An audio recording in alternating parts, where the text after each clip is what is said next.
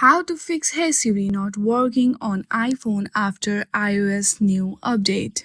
If your Hey Siri is not working on your iPhone, then this video is a short guide to fix this issue. First of all, launch your settings on your device.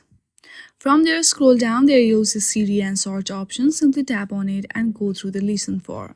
And make sure that it is not set to off. Or you can also set it to off and again reset it. Once you do that, go back to the settings homepage. There you will see general option, simply tap on that. Before tapping on general, simply check if your problem has been solved.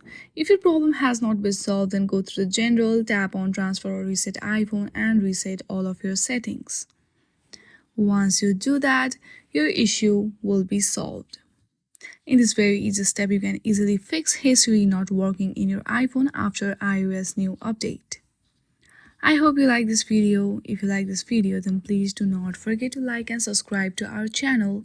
Thank you for watching.